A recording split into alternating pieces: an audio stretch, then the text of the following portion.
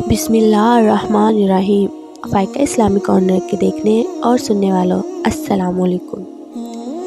حضرت موسیٰ علیہ السلام کے حوالے سے قرآن کریم کی سورہ کہف میں 2 مقامات پر حضرت موسیٰ علیہ السلام کے رفیق کا ذکر آیا ہے، اور مفسرین اس پر متفق ہیں کہ وہ حضرت یوشع بن نون، فراہیم بن یوسف بن یعقوب علیہ السلام بن ابراہیم علیہ السلام تھے۔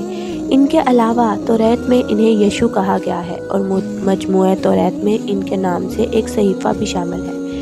حضرت یوشع علیہ السلام نے اپنی تمام عملی زندگی حضرت موسیٰ علیہ السلام کے ایک رفیق کار کے طور پر گزاری اور ان کی خدمت میں رہ کر کسب فیض حاصل کیا۔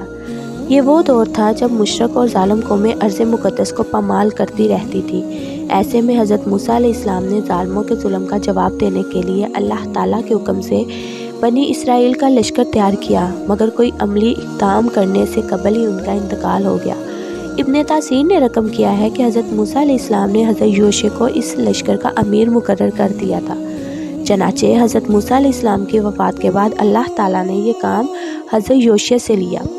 حضرت یوشع علیہ السلام بنی اسرائیل کا لشکر لے کر ارض مقدس کی جانب بڑھے اور سب سے پہلے اریحا میں داخل ہوئے۔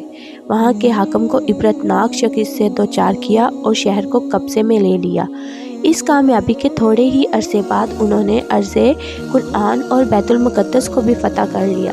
اس کامیابی کے وقت اللہ تعالیٰ کی طرف سے فاتحین کو یہ حکم ملا کہ مغرور اور متکبر انسانوں کی طرح اس ملک میں داخل نہ ہونا، بلکہ عاجزی اور انکساری کے ساتھ شکر ادا کرتے ہوئے قدم رکھنا۔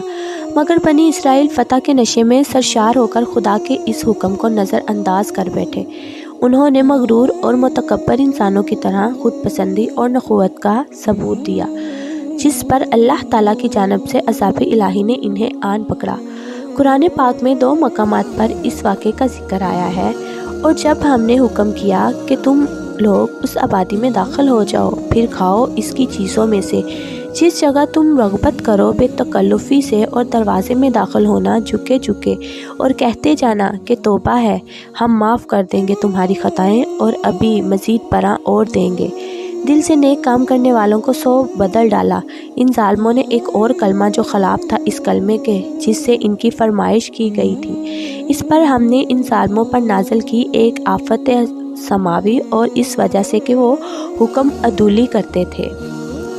اس آیت کا مطلب یہ ہے کہ خدا کے فرما بردار بندے جب کسی سے لڑتے ہیں تو محض رضائے الہی کے تحت ان کے نزدیک جنگ کا مقصد محض ظلم کو مٹانا اور کلمہ حق کو بلند کرنا ہوتا ہے۔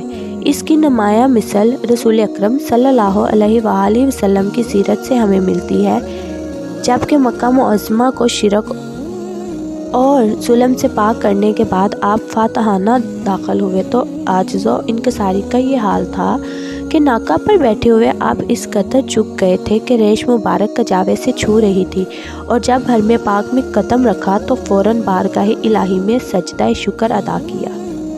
حضرت یوشع علیہ السلام نے اپنے دور میں بہت سی فتوحات حاصل کی اور اسلام کی سربلندی کے لیے بہت زیادہ کام کیا۔